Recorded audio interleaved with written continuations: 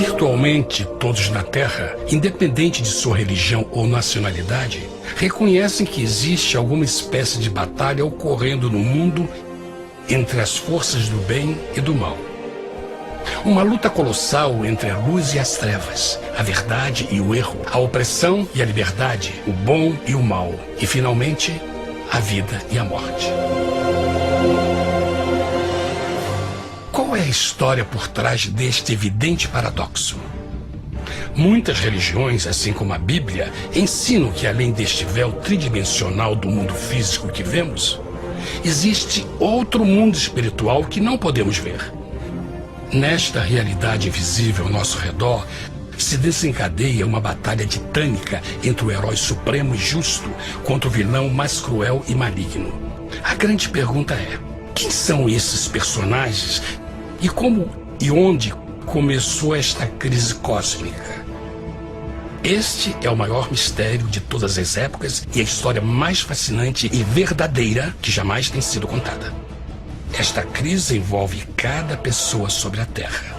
Sim, cada pessoa.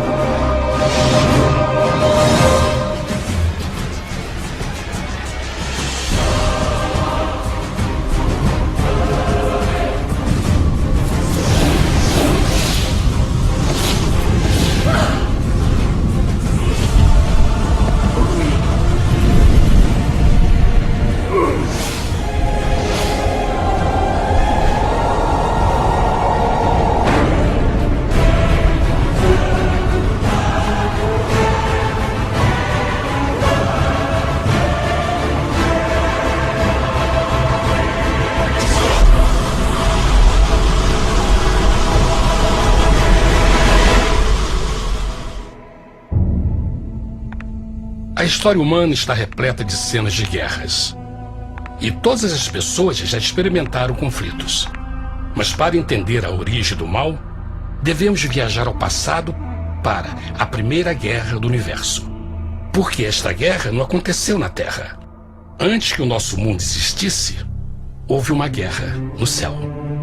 Mesmo as palavras guerra no céu soam como uma contradição. É quase inimaginável para nós que pudesse haver batalhas e conflitos entre as criações de Deus no paraíso. O que pode ter causado este conflito celestial?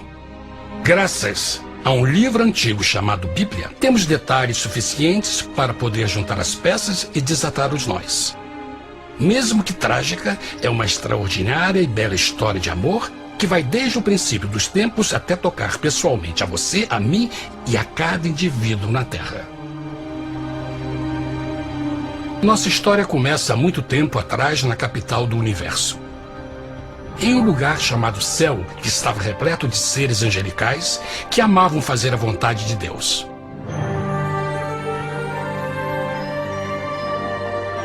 Sob o justo e amoroso governo do Criador, todo o céu desfrutava uma existência de felicidade e perfeita paz. O príncipe supremo do paraíso e comandante dos anjos era o poderoso e amoroso Filho de Deus, mais conhecido com o nome que adotou quando veio à Terra, Jesus. Ele tinha o mesmo propósito e pensamento com Deus, o Pai. O céu, sob o comando compassivo do Pai, Filho e Espírito Santo, provou ser um maravilhoso lugar de paz e alegria. Para realizar as ordens de Deus, a Trindade estava rodeada de um oceano virtual de inumeráveis espíritos ministradores chamados serafins e querubins, mais conhecidos como anjos. Estas poderosas e inteligentes criaturas descobriram que a felicidade estava em cumprir as ordens do Todo-Poderoso. Mas Deus criou um extraordinário anjo para atuar como líder de toda a multidão celestial. A Bíblia nos diz que seu nome era Lúcifer, que significa portador da luz. Este querubim foi o maior ser criado por Deus e assumia a posição mais próxima do trono de Deus, estando diretamente sob a autoridade de Jesus. A tarefa de Lúcifer era difundir a luz e o conhecimento da vontade de Deus a todos os outros anjos.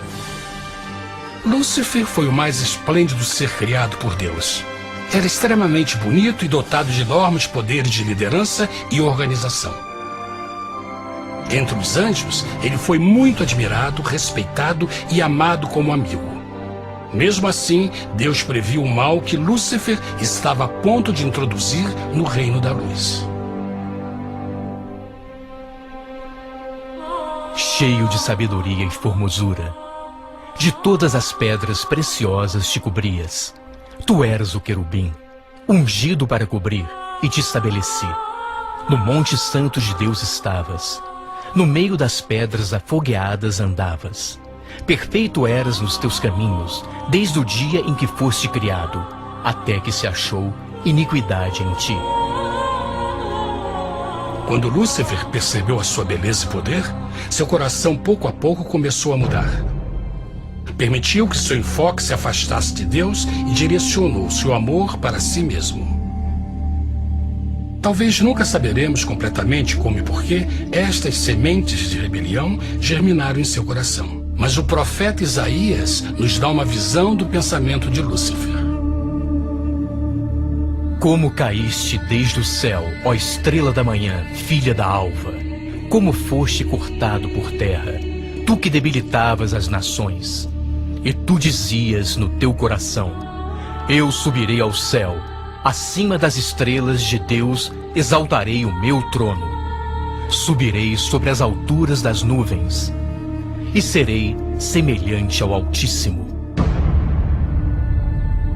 Lúcifer, aos poucos, começou a cobiçar o poder de Deus, mas não sua personalidade. Ao pensar em suas próprias habilidades e belezas extraordinárias, os perversos tentáculos do orgulho e vaidade congelaram sua mente. Este ressentimento e inveja fizeram com que ele violasse a lei sagrada de Deus e se rebelasse contra seu governo. Precisamos fazer uma pausa e esclarecer algo. Desde o princípio, Deus ordenou que as leis da física governassem o mundo material em que vivemos. Sem essas leis naturais, o universo seria um caos. Do mesmo modo, as leis morais de Deus sempre têm dado segurança e estabilidade ao cosmos. Alguns pensam que os 10 mandamentos não existiram, até que o Senhor os entregou a Moisés no Monte Sinai. Mas as Escrituras nos ensinam que os princípios das leis de Deus sempre existiram por toda a eternidade, pois são a base fundamental de seu reino de amor. Seguros todos os seus mandamentos, permanecem firmes para todo sempre, e são feitos em verdade e retidão. Os 10 mandamentos são um resumo das características de um Deus de amor. Os primeiros 4 mandamentos descrevem quem é Deus, seu poder, seu território e autoridade. Os últimos 6 descrevem como é Deus, sua honestidade, sua pureza, sua fé. Todas estas coisas sempre foram verdade e sempre serão verdade. Agora, pela primeira vez na história da eternidade, Lúcifer começou a violar estes princípios perfeitos. Lúcifer sabia que se fosse compartilhar o poder e status de Deus, necessitaria de apoio. E deu início ao trabalho. Começou sorrateiramente a circular entre os outros anjos, plantando sementes de dúvida e descontentamento a respeito da liderança de Deus, ao mesmo tempo em que, sutilmente, revelava suas próprias virtudes. Ele insinuou que Deus abusava de seu poder divino e suas leis restringiam a verdadeira liberdade e felicidade de suas criaturas. Com seu raciocínio audaz e poder de influência, Lúcifer pôde persuadir a um grande número de anjos a se unirem para seu motim. Talvez se perguntem, como tantos anjos inteligentes puderam seguir esse desertor? Bom, lembrem que até esse ponto nenhum anjo tinha escutado uma mentira. E nesse primeiro estágio da rebelião, os anjos não perceberam a obsessão de Lúcifer em assumir a posição de Deus. Não sabiam que finalmente ele planejaria a tortura e o assassinato do Filho de Deus na cruz com a intenção de ocupar o seu trono. Estranhamente, Lúcifer pensou que poderia ocultar seus verdadeiros propósitos de Deus. Ai dos que querem esconder profundamente o seu propósito do Senhor e fazem as suas obras às escuras e dizem: quem nos vê e quem nos conhece? Não pense nem por um momento que a rebelião de Lúcifer surpreendeu Deus e o pegou desprevenido. O Senhor sabe de todas as coisas e os pensamentos de suas criaturas. Ele entendia exatamente o que estava se passando pela mente de Lúcifer. E piedosamente Deus advertiu o desgarrado anjo do perigo. Mas no final, o orgulho e a vaidade não permitiram que Lúcifer se arrependesse. Então, iniciou a rebelião total contra Deus em vez da humilde obediência. Alguns podem perguntar: isso significa que Deus criou um anjo defeituoso? Não, mas ele criou Lúcifer com livre-arbítrio. Verão que o livre-arbítrio é uma coisa maravilhosa, mas também muito perigosa, incluindo o risco de uma rebelião e a possibilidade de que o amor de Deus seja rejeitado. Vejam que o amor real não pode vir de uma criatura pré-programada e não pode ser forçado, deve ser voluntariamente dado. Por exemplo, mesmo que seja bonito este cachorro robô, na verdade, nunca poderá amar-me. Posso fazer que pareça que me ame, mas só estará seguindo instruções pré-programadas. Não tem opção. Por outro lado, este pequenino está realmente feliz em ver-me. Ele decidiu dar-me seu afeto. E com o tempo, nossa relação se fará mais forte, enquanto eu ame e cuide bem dele. Do mesmo modo, um Deus de amor só quer amor verdadeiro de suas criaturas. E para que isso aconteça, elas precisam ter o livre-arbítrio. A rebelião de Lúcifer é a maior evidência de que ele tinha esta liberdade. Agora, a grande pergunta é: como Deus enfrentaria esta crise? Como lidaria com Lúcifer e com os milhões de anjos que se uniram nessa rebelião? Muitos questionam: por que Deus não acabou imediatamente com a rebelião? Afinal, ele poderia facilmente vaporizar Lúcifer com um raio. Mas isto teria solucionado o problema? Não, pelo contrário. Isso só teria intensificado as dúvidas e suspeitas que Lúcifer havia plantado na mente dos anjos. Lembrem que Lúcifer sabia, como ninguém mais, da engrenagem interna do governo de Deus. Sua destruição seria vista como parte de uma grande armação. E a razão que o motivou a servir Deus teria sido o medo da represália e não o amor.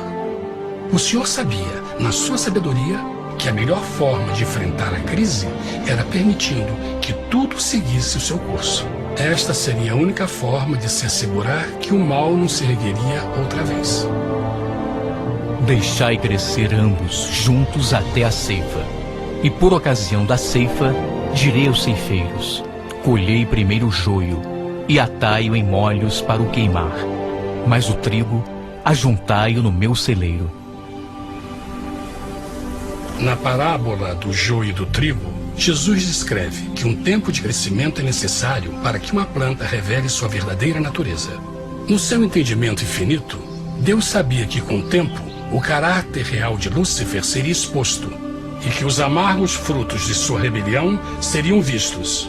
Até agora, os cidadãos do universo não estavam familiarizados com o pecado e até onde os levaria. Mas isso mudaria quando eles vissem por si mesmos sua terrível natureza autodestrutiva. Afinal, a sabedoria e o amor do governo de Deus seria para sempre confirmado e o universo estaria seguro. Quando Lúcifer e seus seguidores revelaram abertamente sua rebelião, o Senhor soube que não haveria paz se permitisse que eles ficassem no céu. Deveria impor um limite, entrar em ação e enfrentar os rebeldes. Mas Lúcifer e seus seguidores nunca sairiam por vontade própria ou pacificamente. O passo seguinte foi a guerra. E houve batalha no céu. Miguel e os seus anjos batalhavam contra o dragão. E batalhavam o dragão e os seus anjos. Mas não prevaleceram, nem mais o seu lugar se achou nos céus. E foi precipitado o grande dragão, a antiga serpente, chamada o Diabo e Satanás, que engana todo mundo. Ele foi precipitado na terra, e os seus anjos foram lançados com ele. A Bíblia não revela exatamente que tipo de armas foram usadas durante este conflito cósmico. Mas esta guerra foi como nenhuma guerra que os olhos mortais já viram. Apocalipse 12:4 nos diz que finalmente Lúcifer e 1/3 dos anjos de Deus foram expulsos do paraíso.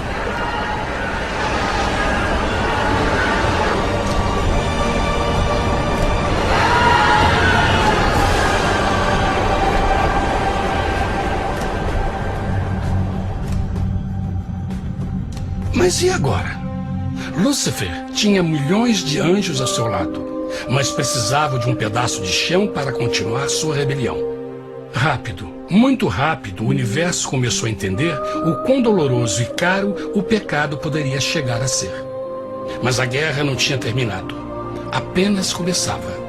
Lúcifer, o portador da luz, agora virou Satanás, o adversário.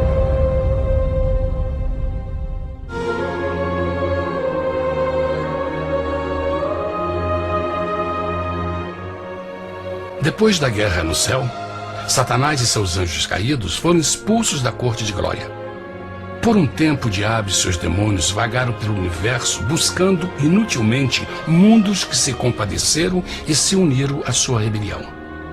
Enquanto isto, o coração de Deus sentia intensamente o vazio que deixou a perda de Lúcifer e seus anjos. Então o Pai, o Filho e o Espírito Santo retomaram seu trabalho favorito, o maravilhoso trabalho da criação. Decidiram fazer um mundo novo, pleno, com muita variedade e diversas criaturas de amor. Este novo mundo seria único, porque as criaturas principais seriam feitas à imagem de Deus. Para eles, o Senhor também daria o domínio deste planeta novo, que conhecemos como Terra. No princípio, Deus criou a terra. E viu Deus tudo quanto tinha feito, e eis que era muito bom.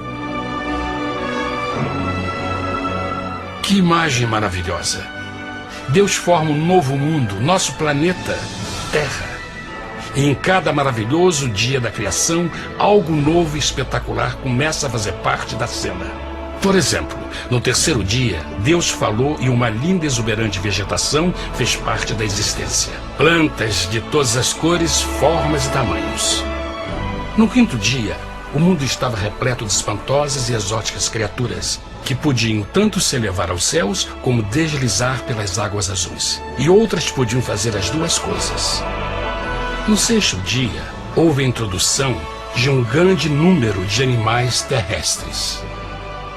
Desde o gigante elefante até o pequeno esquilo, cada um encontrou um lugar nesse novo planeta para viver em harmonia com o resto da criação. E também no sexto dia, Deus criou o homem. E disse Deus: façamos o homem à nossa imagem, conforme a nossa semelhança. E formou o Senhor Deus o homem do pó da terra, e soprou em suas narinas o fôlego da vida, e o homem foi feito alma vivente. E plantou o Senhor Deus um jardim no Éden, do lado oriental, e pôs ali o homem que tinha formado.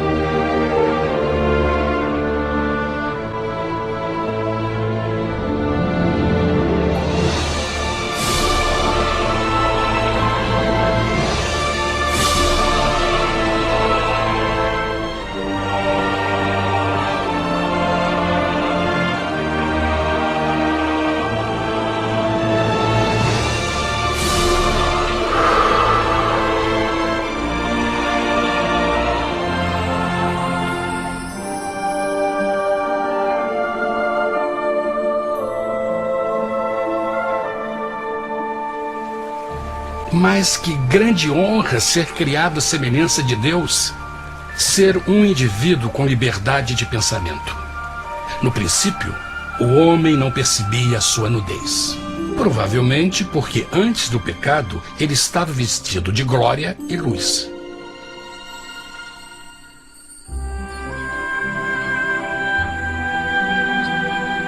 Deus também criou a companheira perfeita para Adão, sua bela esposa Eva.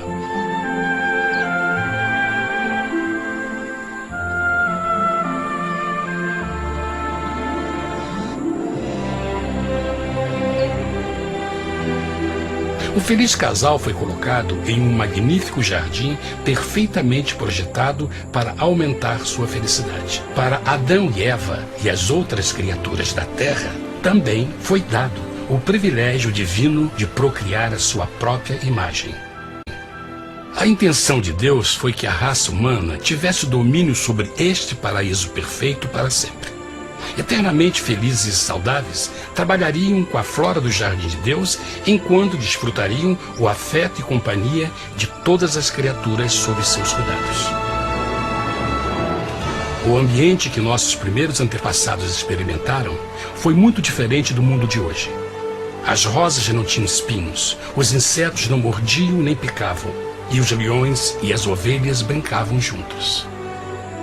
Mas a grande bênção era os humanos viverem em perfeita harmonia com seu Criador. A cada 7 dias, Adão e Eva descansavam de seu prazeroso trabalho e gozavam de uma comunhão com a visita de seu Criador.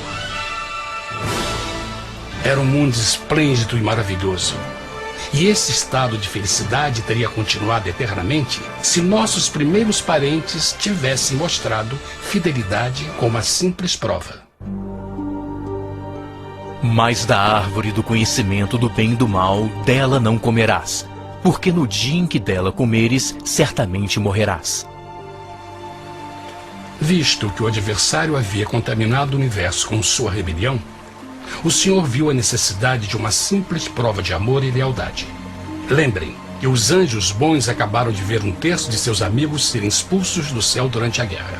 Como estariam seguros de que esses novos humanos não se uniriam a Lúcifer e causariam problemas? Então o Senhor plantou uma árvore no jardim, uma árvore cujo fruto não deveria ser comido sob pena de morte. Ao passar por esta simples prova de obediência, Adão e Eva mostrariam a lealdade para com Deus e a fé em sua palavra. Ainda mais, era uma prova de amor. Por isso, Jesus disse em João 14, se me amais, guardais meus mandamentos. Mas alguém mais soube desta prova de fé e estava determinado a usá-la em seu favor. Satanás estava com inveja dos humanos que desfrutavam da bendita vida que ele perdeu. Sua feliz existência estava em total contraste com a sua, que agora estava cheia de culpa, pecado e miséria. Com ressentimento e raiva, não estava disposto a deixar o casal em paz, pois o pecado sempre buscará arrastar a outros consigo.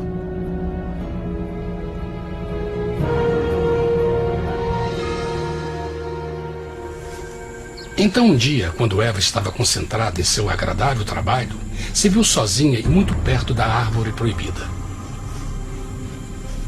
Foi quando Satanás viu sua oportunidade. Através de uma serpente hipnotizante, o anjo caído chamou Eva até a árvore e a envolveu em uma conversação.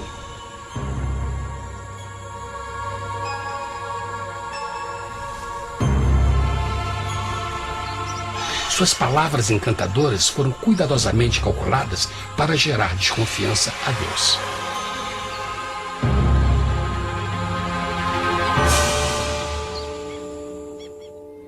A serpente replicou à mulher, de modo algum morrereis. Deus sabe que no dia em que dele comerdes, vossos olhos se abrirão, e sereis como Deus, conhecedores do bem e do mal. A mulher notou que a árvore era boa para comer, pois era atraente aos olhos e desejável para alcançar sabedoria. Colheu o seu fruto e comeu. Deu também ao seu marido, que comeu assim como ela. Tragicamente, quando Eva escutou a suave e sedutora voz do tentador, começou a ter certas dúvidas da palavra de Deus. A serpente enganou-o com a promessa de grande poder e sabedoria. Isso chamou sua atenção. Além disso, aparentemente um fruto deu à serpente a habilidade de falar. Que outros poderes poderia dar a ela? E mesmo tendo acabado de conhecer a serpente, ela confiou em sua palavra acima da de Deus, quem a criou, e lhe deu um paraíso para viver. Então Eva comeu o fruto proibido e convenceu seu esposo a fazer o mesmo. Adão poderia ter escolhido ser fiel a Deus, mas colocou seu amor pela esposa acima do seu amor por Deus. Quando os nossos primeiros parentes mostraram lealdade ao inimigo, o domínio da terra foi tomado por Satanás. Não sabeis que, vos oferecendo a alguém para lhe obedecer, vos tornais escravos daquele a quem obedeceis? Ninguém pode servir a dois senhores. Este mundo agora seria o último campo de batalha entre o bem e o mal, e o coração de cada homem e mulher seria o prêmio. Adão e Eva não se deram conta desse tempo, mas seu momento de desconfiança e desafio abriria as comportas do sofrimento de milhões de pessoas durante milhares de anos.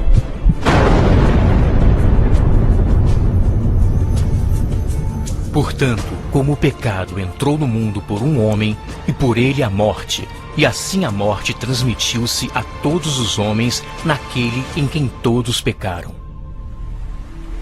Nossos primeiros parentes logo enfrentaram o terrível resultado de seu pecado.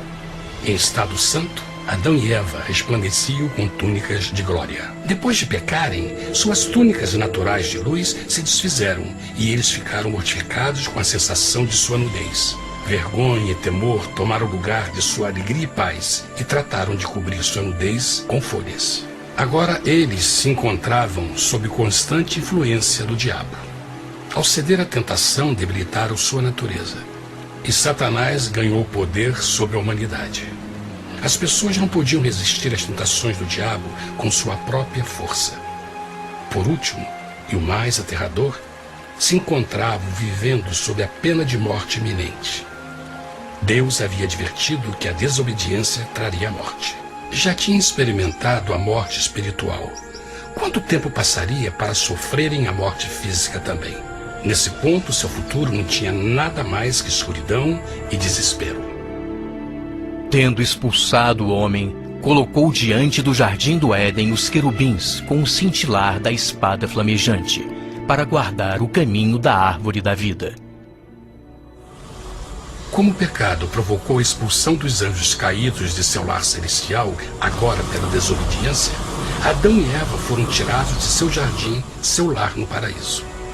Tudo à sua volta estava mudando rapidamente, e a humanidade se encontrou suscetível às dores, doenças e finalmente à morte.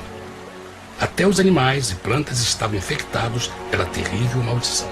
Os espinhos e cardos agora pareciam árvores e flores, e os animais que antes eram gentis começaram a se matar e a devorar uns aos outros. O pior resultado foi que o pecado separou a humanidade de Deus. Mas vossas iniquidades cavaram um abismo entre vós e vosso Deus. São vossos pecados que ocultaram de vós sua face, para não vos escutar. Na criação, foram dados a Adão e Eva a honra de falar com os anjos, e até com o Filho de Deus cara a cara. Mas Deus é tão puro e santo que nenhum mal pode existir na sua presença. Agora que os primeiros humanos tinham pecado, Deus afastou sua santa presença deles para a sua própria proteção. O pecado tinha queimado uma parte da alma do homem que já não podia ver a dimensão espiritual. Deste momento em diante, a comunicação com o céu seria limitada. Mesmo com todas estas maldições caindo sobre Adão e Eva, o coração do Senhor se encheu de compaixão. A lei que haviam violado não poderia ser alterada para salvá-los, pois é tão sagrada e imutável como Deus mesmo. O Senhor sabia que havia só uma maneira na qual o homem podia se redimir. Então um plano foi revelado, nascido do fundo do coração de Deus.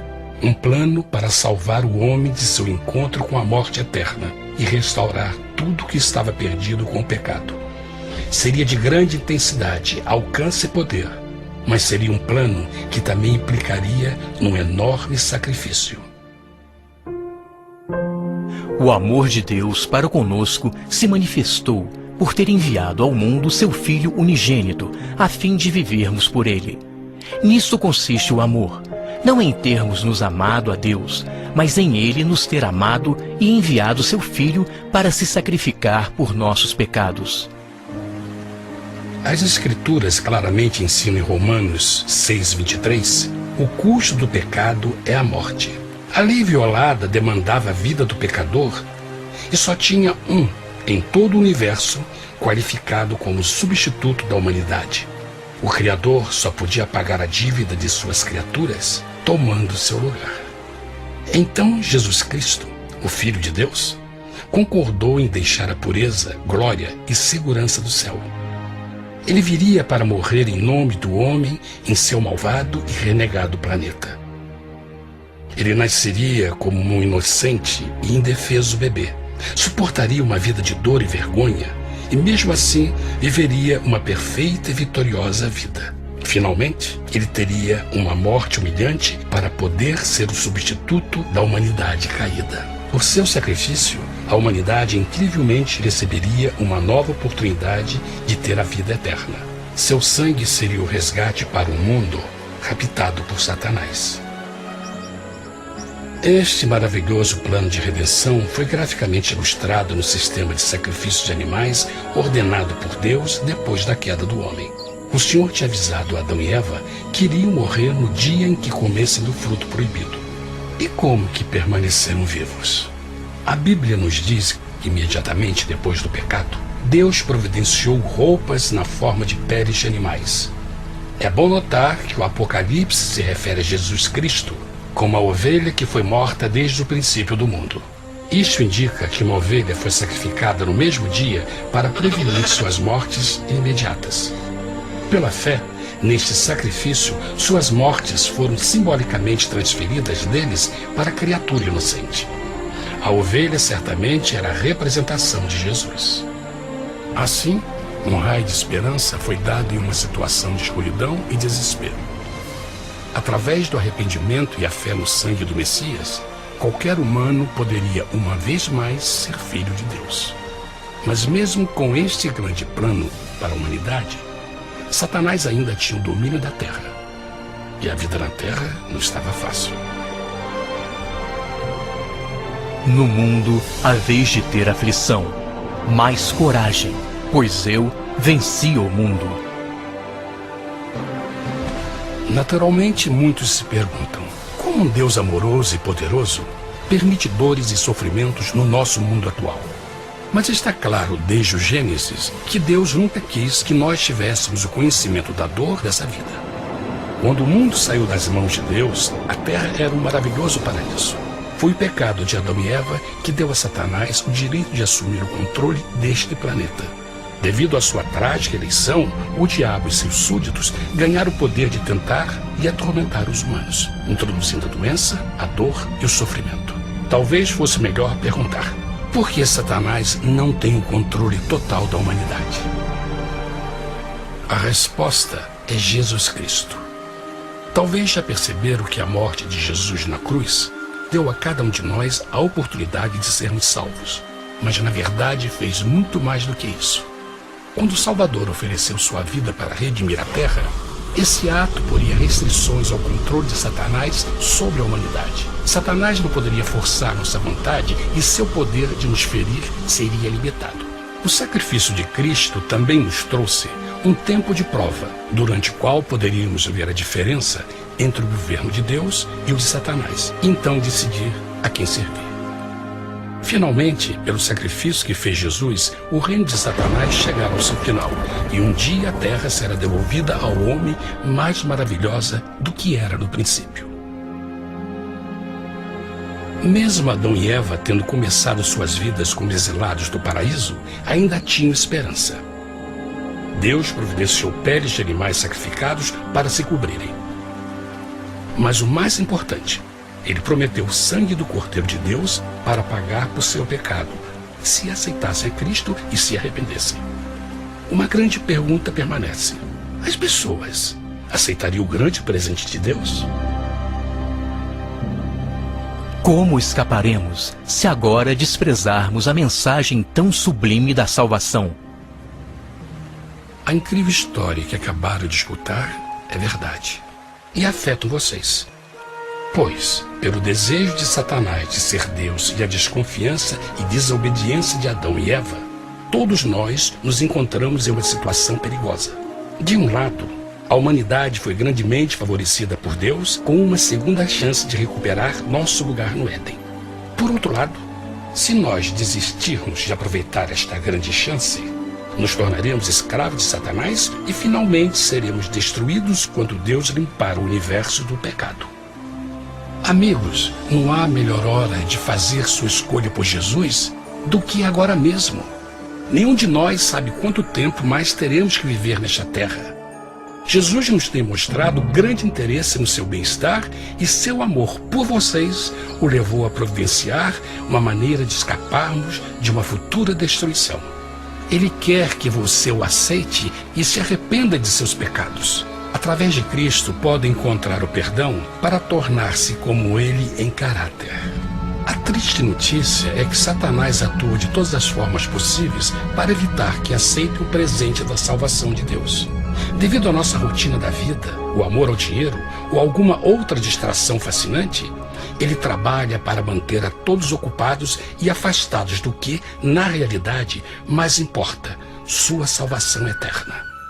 Para que entendam a realidade da situação e que se você não escolhe a Jesus por omissão, está escolhendo a Satanás. Mesmo que a terrível escolha de Adão e Eva nos traga morte e miséria, vocês agora podem tomar uma melhor decisão. Deus está oferecendo uma paz que satisfaz o anseio mais profundo de sua alma e uma alegria que não encontrará nas atribulações deste mundo. O desejo que tem o coração de Deus é que seja salvo e esteja com Ele no paraíso. Mas o único que pode mantê-lo fora do céu é você. Imagine a tragédia que seria se você recusasse este precioso presente. Você pode decidir hoje e aceitar a salvação que Deus prometeu.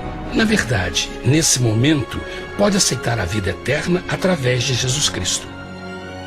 Posso convidá-lo para que acompanhe agora mesmo em uma simples oração, aceitando sua maravilhosa oferta? Por favor, repita depois de mim. Querido Pai Celestial, venho a Ti agora e humildemente pedir Teu perdão.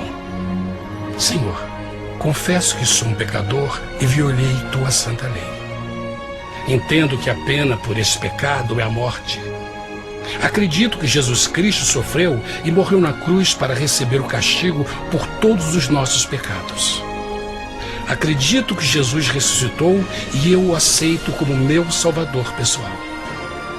A partir deste momento em diante, Te dou o meu coração e o aceito como Senhor da minha vida. Por favor, perdoa todos os meus pecados e envia Teu Espírito para ajudar-me a fazer a Tua vontade. Te agradeço por Teu grande amor e aceito Teu presente da vida eterna. E eu oro tudo isso em nome de Jesus. Amém.